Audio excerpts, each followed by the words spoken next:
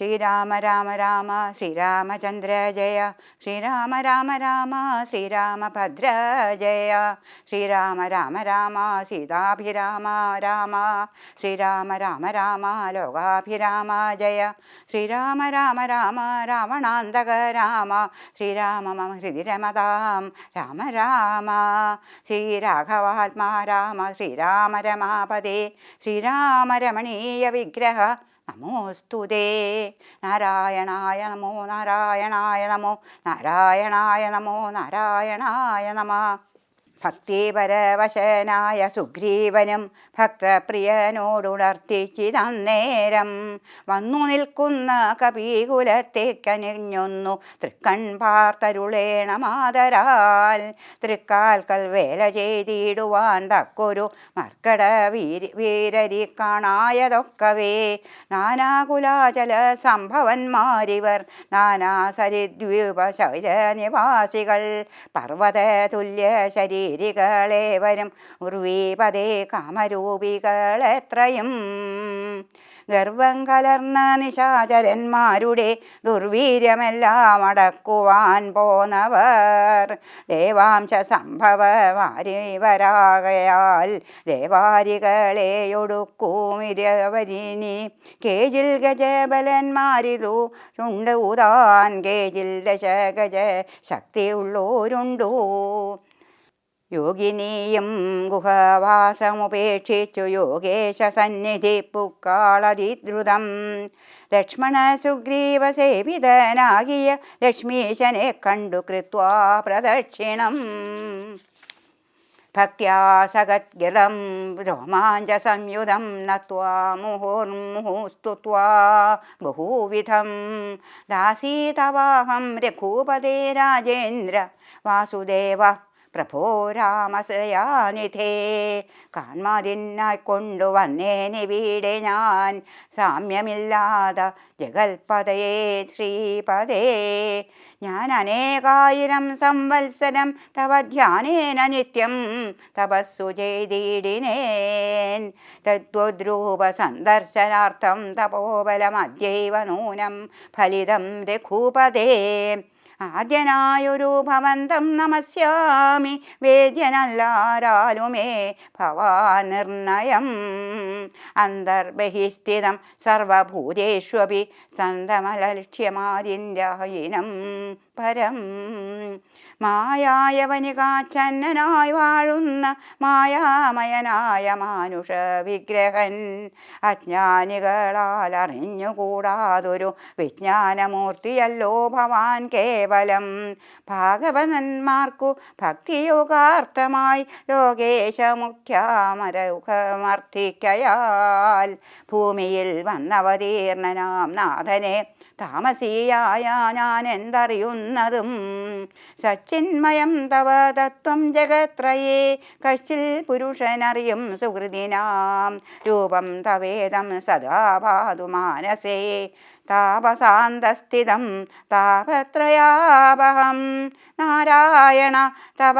ശ്രീപാദദർശനം ശ്രീരാമമോക്ഷൈകദർശനം കേവലം, ജന്മമരണഭീതാനാമകർശനം സന്മാർഗദർശനം വേദാന്തദർശനം, പുത്രകളത്രാമിത്രാദിവിഭൂതി കൊണ്ടെത്രയും ദർപ്പിതരായുള്ള മാനുഷർ രാമരാമേതി ജപിക്കയില്ലെന്നുമേ, രാമനാമം മേ ജപിക്കായി വരേണമേ, നിത്യം നിവൃത്ത ഗുണത്രയമാർഗായ നിത്യായ നിഷ്കിഞ്ചനാർത്ഥായ തേ നമഃ, സ്വാത്മാഭിരാമായ നിർഗുണായ ത്രിഗുണാത്മനെ സീതാഭിരാമായ തേ നമഃ, വേദാത്മകം കാപരൂപിണീ വിശാനം ആദിമധ്യാന്തവിവർജിതം സർവത്ര മന്യേ സമം ചരന്തം പുരുഷം പരം, നിനക്കൊഴിഞ്ഞാർക്കറിഞ്ഞൂടാവോ മർത്യവിടംബനം ദേവ തേ ചേഷ്ടിതം, ചിത്തേ നിരൂപിക്കിലെന്തറിയാവതും ത്വന്മായയാ പിഹിതാത്മാക്കൾ കാണുന്നു ചിന്മയനായ ഭവാനെ ബഹുവിധം, ജന്മവും കർത്തൃത്വവും ചെറുതില്ലാതെ നിർമ്മലാത്മാവാം ഭാവനാസ്മാന്തരേ ദേവതിര്യങ്മനുജാതികളിൽ ജനിച്ചേവമാദ്യങ്ങളാം കർമ്മങ്ങൾ ചെയ്വതും നിന്മഹാമായ വിടംബനം നിർണയം കൽമഷഹീന കരുണാനിധേ വിഭോ മേദിനി തന്നിൽ വിചിത്രവേഷത്തോടും ജാതനായി കർമ്മങ്ങൾ ചെയ്യുന്നതും ഭവാൻ ഭക്തരായുള്ള ജനങ്ങൾക്കു നിത്യവും തുൽകഥാപീയൂഷപാന സിദ്ധിക്കുന്നു ചൊല്ലുന്നിതു ചിലർ മറ്റും ചിലരിക ചൊല്ലുന്നിതു ഭുവി കോസല ഭൂപതി നന്നുടെ ഘോര തപോബല സിദ്ധയാ നിർണയമെന്നു ചിലർ പറയുന്നിതു കൗസല്യയാൽ പ്രാർത്ഥ്യമാനായിട്ടിഹ മൈഥിലി ഭാഗ്യസിദ്ധിക്കുന്നിതു ചിലർ സൃഷ്ടാവുതാനപേക്ഷിക്കയാൽ വന്നിഹ ദുഷ്ടനിശാചര വംശമൊടുക്കുവാൻ മർത്യനായി വന്നു പിറന്നിതു നിർണയം പൃഥ്വിയിലെന്നു ചിലർ പറയുന്നിതു ഭൂപാലപുത്രനായി വന്നു പിറന്നിതു ഭൂപാലനാശത്തിനെന്നിതു ചിലർ ധർമ്മത്തെ രക്ഷിച്ച ധർമ്മത്തെ നീക്കുവാൻ കർമ്മസാക്ഷി കുലത്തിങ്കൽ പിറന്നിതു ദേവശത്രുക്കളെ നിഗ്രഹിച്ചമ്പോടു ദേവകളെ പരിപാലിച്ചു കൊള്ളുവാൻ എന്നു ചൊല്ലുന്നിതു ദിവ്യമുനീജനമൊന്നും തിരിച്ചറിയാവതുമല്ലമേ യാതൊരുത്തൻ ത്വൽക്കഥകൾ ചൊല്ലുന്നതും ആദരവോടു കേൾക്കുന്നതു നിത്യമായി നൂനം ഭവാർണവത്തെ കടന്നിടുവാൻ കാണാമവനു നിൻ പാദപങ്കേരുഹം ത്വന്മഹാമായ ഗുണബദ്ധനാകയാൽ ചിന്മയമായ ഭഗവത് സ്വരൂപത്തെ ഭവാൻ എങ്ങനെയുള്ള വണ്ണമറിഞ്ഞിടുന്നു എങ്ങനെ ചൊല്ലി സ്തുതിക്കുന്നതുമഹം ശ്യാമളം കോമളം ബാണധനുർധരം രാമം സഹോദര സേവിതം രാഘവം സുഗ്രീവമുഖ്യ കവികുല സേവിത അഗ്രേ ഭവന്തം നമസ്യാമി സാമ്പ്രതം രാമായ രാമഭദ്രായ നമോ നമോ രാമചന്ദ്രായ നമസ്തേ നമോ നമ ഇങ്ങനെ ചൊല്ലി സ്വയം പ്രഭയും വീണു മംഗളവാച നമസ്കരിച്ചിടിനാൾ മുക്തിപ്രദനായ രാമൻ പ്രസന്നനായി ഭക്തയാം യോഗിനിയോടരുളി ചെയ്തു സന്തുഷ്ടനായേനഹം തവ ഭക്തി കൊണ്ടെന്തോന്നു മാനസേ കാക്ഷിതം ചൊല്ലു നീ എന്നതു കേട്ടവളും പറഞ്ഞിടിനാൾ ഇന്നു വന്നു മമ കാക്ഷിതമൊക്കവേ എത്ര കത്രാപി വസിക്കലും ത്വൽപാദ ഭക്തി കിളക്കമുണ്ടാകാതിരിക്കണം ത്വൽപാദ ഭക്തവൃത്യേഷു സംഘം പുനരുൾപൂവിലും എപ്പോഴും ഉണ്ടാകയും വേണം പ്രാകൃതരാം ജനങ്ങളിൽ സംഗമമേകതാ സംഭവിച്ചിടായിക മാനസേ രാമരാമേതി ജപിക്കയായി വരേണമേ രാമപാദേ രമിക്കേണമൻ മാനസം സീതാസുമിത്രാത്മജാന്യുതം രാഘവം പീതവസ്ത്രം ചാപബാണാസനധരം ചാരുമകൂട കടക കടി സൂത്രഹാര മകര മണിമയ കുണ്ടല നൂപുര ഹേമാംഗദാദി വിഭൂഷണ ശോഭിതരൂപം വസിക്കമേ മാനസേ മറ്റെനിക്കേതുമേ വേണ്ട വരം വിഭോ പറ്റായിക ദുസ്സംഗമുള്ളിലൊരിക്കലും ശ്രീരാമദേവനതു കേട്ടവളോടു ചാരുമന്ദസ്മിതം പൂണ്ടരുളി ചെയ്തു ഏവം ഭവിക്ക നിനക്കു മഹാഭാഗേ ദേവീ നീ പോക ബദര്യാശ്രമസ്ഥലേ തത്രൈവ നിത്യമെന്നെ ധ്യാനവും ചെയ്തു മുക്ത്വാ കളേവരം പഞ്ചഭൂതാത്മകം ചേരുമെങ്കൽ പരമാത്മനി കേവലേ തീരും ജനന മരണ ദുഃഖങ്ങളും ശ്രുത്വാ രഘുത്തമ വാക്യാമൃതം മുദാ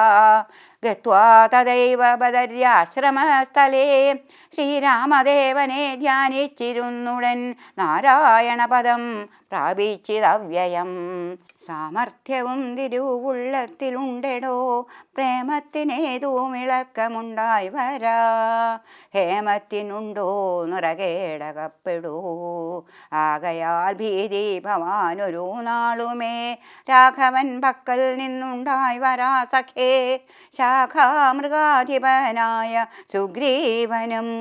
ഭാഗവതോത്തമൻ വൈരമില്ലാരിലും, വ്യാകുലമുള്ളിലുണ്ടാകരുതേതുമേ.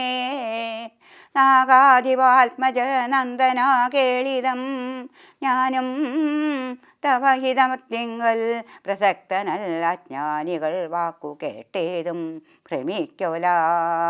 ഹാനി വരായ്വാൻ ഗുഹയിൽ വസിക്കുന്നു വാനരൗഖം പറഞ്ഞില്ലയോ ചൊല്ലു നീ. രാഘവാസ്ത്രത്തിനഭേദ്യമായൊന്നുമേ ലോകത്രയത്തിങ്കലില്ലെന്നറിയുക നീ. അല്പമതികൾ പറഞ്ഞു ബോധിപ്പിച്ചു, ദുർബോധമുണ്ടായി ചമയരുതേതുമേ. ആപത്തു വന്നടുത്തിടുന്ന കാലത്തു ശോഭിക്കയില്ലെടോ സജ്ജന ഭാഷിതം. ദുർജനത്തെ കുറിച്ചുള്ള വിശ്വാസവും സജ്ജനത്തോടു വിപരീത ഭാവവും ദേവദ്വിജകല കുലധർമ്മ വിദ്വേഷവും പൂർവബന്ധുക്കളിൽ വച്ചൊരു വൈരവും വർദ്ധിച്ചു വർദ്ധിച്ചു വംശനാശത്തിനു കർത്തൃത്വം തനിക്കായി വന്നുകൂടുമേ. അത്യന്തഗുഹ്യം രഹസ്യമായുള്ളൊരു വൃത്താന്തം അമ്പോടു ചൊല്ലുവൻ കേൾക്ക നീ. ശ്രീരാമദേവൻ മനുഷ്യനല്ലോർക്കടോ, നാരായണൻ പരമാത്മാ ജഗന്മയൻ. മായാ ഭഗവതി സാക്ഷാൽ മഹാവിഷ്ണുജായ സകല ജഗന്മോഹനകാരിണി. സീതയാകുന്നതു ലക്ഷ്മണനും ജഗദാധാരഭൂതനായുള്ള ഫണീശ്വരൻ. ശേഷൻ ജഗൽസ്വരൂപൻ ഭുവി മാനുഷവേഷമായി വന്നു പിറന്നിതയോധ്യയിൽ. രക്ഷോഗണത്തെയൊടുക്കി ജഗത്രയ രക്ഷ വരുത്തുവാൻ പണ്ടു വിരിഞ്ചനാൽ പ്രാർത്ഥിതനാകയാൽ പാർത്ഥിവപുത്രനായി മാർത്താണ്ഡഗോത്രത്തിൽ ആർത്തപരായണൻ. ശ്രീകണ്ഠസേവ്യൻ ജനാർദ്ദനൻ മാധവൻ, വൈകുണ്ഠവാസി മുകുന്ദൻ ദയാപരൻ.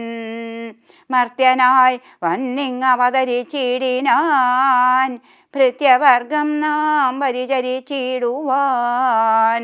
ഭർത്തൃനിയോഗേന വാനരവേഷമായി പൃഥ്വിയിൽ വന്നു പിറന്നിരിക്കുന്നതും പണ്ടു നാമേറ്റം തപസ്സു ചെയ്തീശനെ കണ്ടു വണങ്ങി പ്രസാദിച്ചു മാധവൻ. തന്നെ പാരിഷദന്മാരുടെ പദം തന്നതിപ്പോഴും പരിചരിച്ചിന്നിയും വൈകുണ്ഠലോകം ഗമിച്ചു വാണിടുവാൻ വൈകേണ്ടതേതുമില്ലെന്നറിഞ്ഞിടു നീ.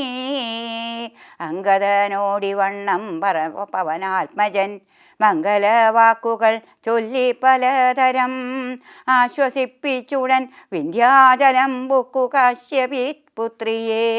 നോക്കി നോക്കി ദ്രുതം ദക്ഷിണവാരിധി തീരം മനോഹരം പുക്കു മഹേന്ദ്രാചലേന്ദ്രപദം മുതാ. ദുസ്തരമേറ്റമഗാധം ഭയങ്കരം ദുഷ്പാപമാലോക്യ മർക്കട സഞ്ചയം. വൃത്രാരിപുത്രാത്മജാതികളൊക്കെയും ത്രസ്തരായാത്യാകുലം പൂണ്ടിരുന്നുടൻ. ചിന്തിച്ചു ചിന്തിച്ചു മന്ത്രിച്ചിതന്യോന്യം എന്തിനി ചെയ്വതു സന്തതമോർക്കനാം. ഗഹ്വരം പുക്കു പരിഭ്രമിച്ചെത്രയും വിഹ്വലന്മാരായി കഴിഞ്ഞിതു മാസവും.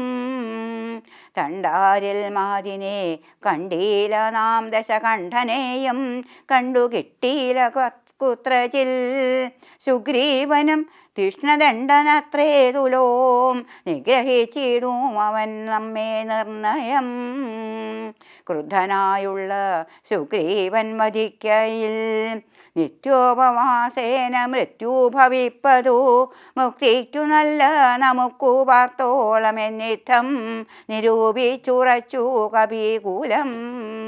ദർഭ വിരിച്ചു കിടന്നിതെല്ലാവരും കൽപ്പിച്ചതിങ്ങനെ നമ്മയെന്നോർത്തവർ. ഹരേ രാമ രാമ രാമ ഹരേ ഹരേ, ഹരേ കൃഷ്ണ കൃഷ്ണ കൃഷ്ണ ഹരേ ഹരേ.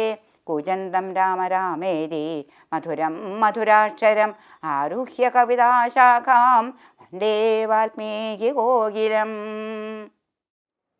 ശ്രീരാമചന്ദ്രനും ലക്ഷ്മണനും എന്തു വേണമെന്ന് അറിയുന്നില്ല. സുഗ്രീവനെ രാജാവായിട്ട് അഭിഷേകം ചെയ്തു. പുള്ളി കല്യാണമൊക്കെ കഴിച്ചപ്പോൾ ഈ വാക്ക് മറന്നു തോന്നും.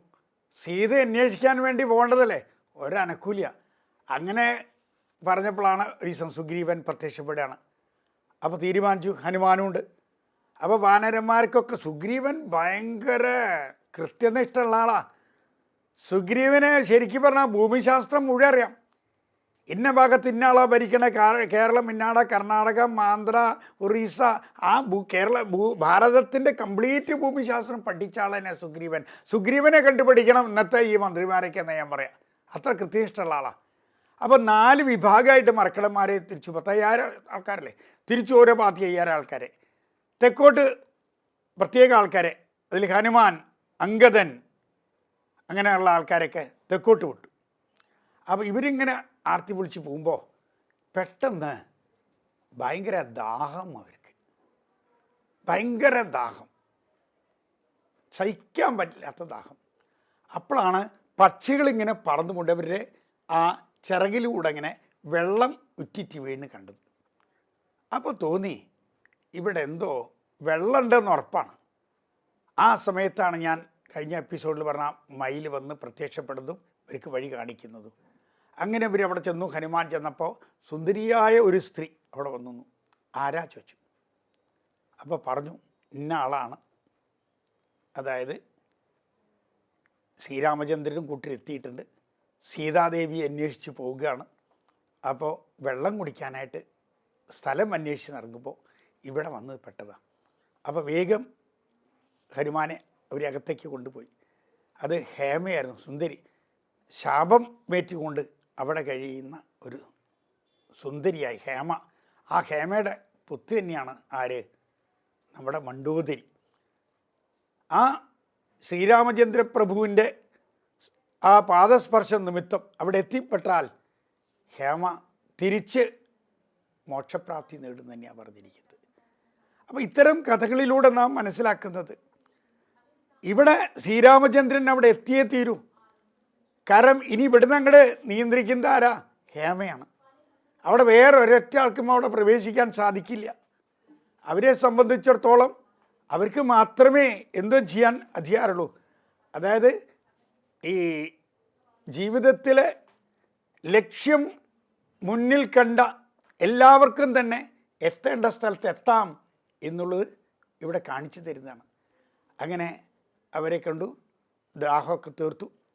അപ്പോഴാണ് അംഗാദികളുടെ സംശയം, എന്താ വേണ്ടതെന്ന് അറിയില്ല. ഈ വടക്കോട്ടും കിഴക്കോട്ടും പടിഞ്ഞാട്ടും പോയ വാനരന്മാരെല്ലാവരും തന്നെ ഏകദേശം വട്ടത്തിലായി. എന്ത് ചെയ്യണമെന്ന് അവർക്ക് അറിയണില്ല.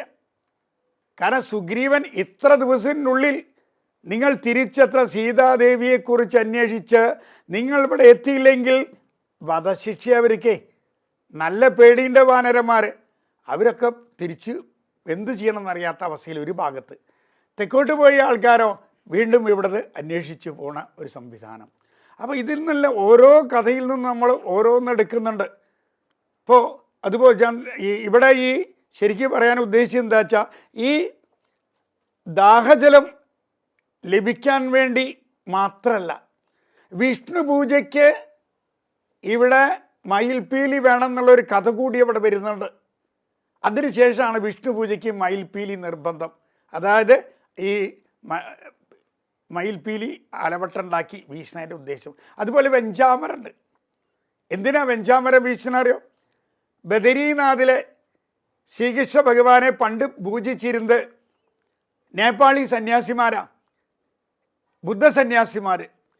ഈ ബുദ്ധസന്യാസിമാർ പൂജിക്കാൻ വരുമ്പോൾ ബദരീനാഥൻ വിഗ്രഹം ഇവിടെ ഉണ്ടല്ലോ. അപ്പോൾ ഇവർ നല്ല മദ്യം സേവിക്കും, ഇറച്ചി മാംസമൊക്കെ കഴിച്ചിട്ടാണ് വരിക. ഇത് കണ്ടപ്പോൾ ബദരീനാഥിന് സഹിച്ചില്ല. ബദരീനാഥ് തീരുമാനിച്ചു, എന്ത് ചെയ്യും, എങ്ങനെ ഈ ബുദ്ധസന്യാസിമാരിൽ നിന്നും ഞാൻ രക്ഷപ്പെടും? ആ സമയത്ത് ഒരു ദിവസം ബുദ്ധസന്യാസിമാർ വരുന്നതിന് മുമ്പായിക്കൊണ്ട് അവിടെ ചമരിമാൻ എന്ന് പറയും, ചമരിപ്പശു ധാരാളമുള്ള സ്ഥലം. അവിടെ സംശയമൊന്നും ഉണ്ടായില്ല. ഈ ബുദ്ധസന്യാസിമാർ വരുന്നതിന് മുമ്പ് നേരെ ബദരീനാഥൻ ചമരിപ്പശുവിൻ്റെ ഈ രോമത്തിൻ്റെ ഉള്ളിൽ പോയി ഒളിച്ചു. ബുദ്ധസന്യാസിമാർ വന്നു, ബദരീനാഥനെ കാണാനില്ല. അവർ തിരിച്ചു പോയി, പൂജയൊന്നും വേണ്ട വച്ചിട്ട്. അപ്പോൾ ഉടനടി ആ ചമരിപ്പശുവിനോട് പറയാണ്, എന്നെ രക്ഷിച്ചത് നിങ്ങളാണ്, അതുകൊണ്ട് വിഷ്ണു പൂജ പൂർത്തിയാക്കണമെങ്കിൽ ആ ചമരിപ്പശുവിൻ്റെ രോമം കൊണ്ട് വെഞ്ചാമരം വീശിയാൽ മാത്രമേ ആ പൂജ പരിപൂർത്തിയാവൂ എന്നാണ് പറഞ്ഞത്. മുഴുവനാവണമെങ്കിൽ, ആ പൂജ സമാപ്തിയാവണമെങ്കിൽ വെഞ്ചാമരം കൊണ്ട് ഭഗവാനെ വീശണം. ഈ ചില നോർത്തേൺ ദിക്കിലൊക്കെ പോയാൽ നമുക്കറിയാൻ സാധിക്കുന്നുണ്ട്, അവിടെ വെഞ്ചാമരം ഇല്ലാണ്ട് പറ്റില്ല എന്നാണ് പറയാം. അപ്പോൾ ഈ ഓരോ കഥയിൽ നിന്നും നമുക്ക് ഉപകഥ പറയുമ്പോൾ അറിയാൻ സാധിക്കുന്നുണ്ട്. വിഷ്ണു പൂജ, ഞാൻ നേരത്തെ പറഞ്ഞു, വിഷ്ണു പൂജ എന്ന് ഉദ്ദേശിച്ചത് സാക്ഷാൽ നാരായണൻ്റെ പൂജയാണ്.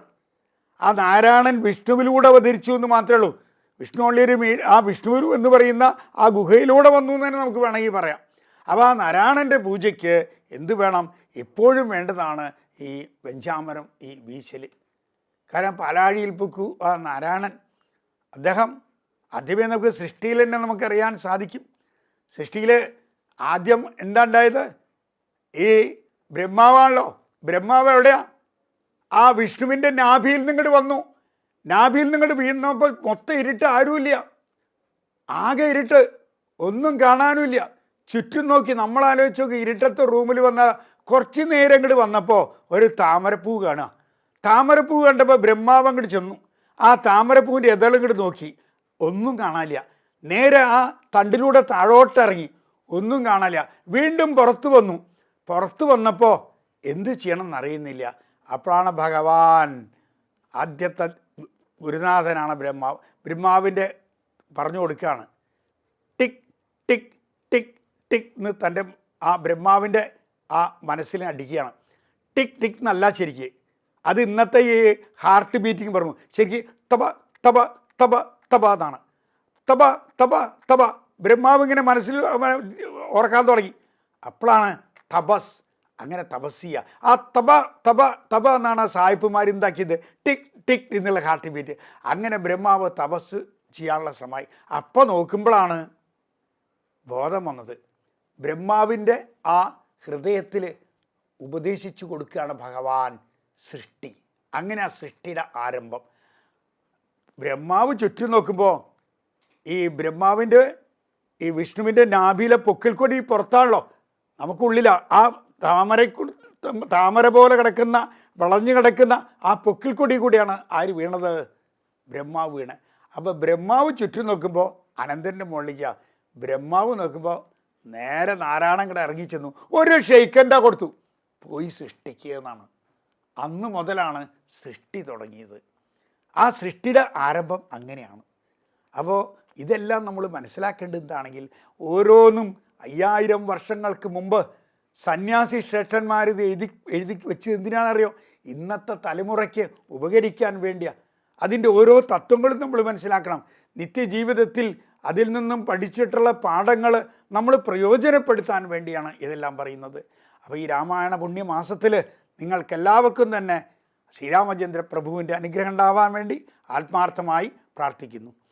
രാമായ രാമഭദ്രായ രാമചന്ദ്രായ വേദസേ രഘുനാഥായ നാഥായ സീതായ പദയേ നമഃ.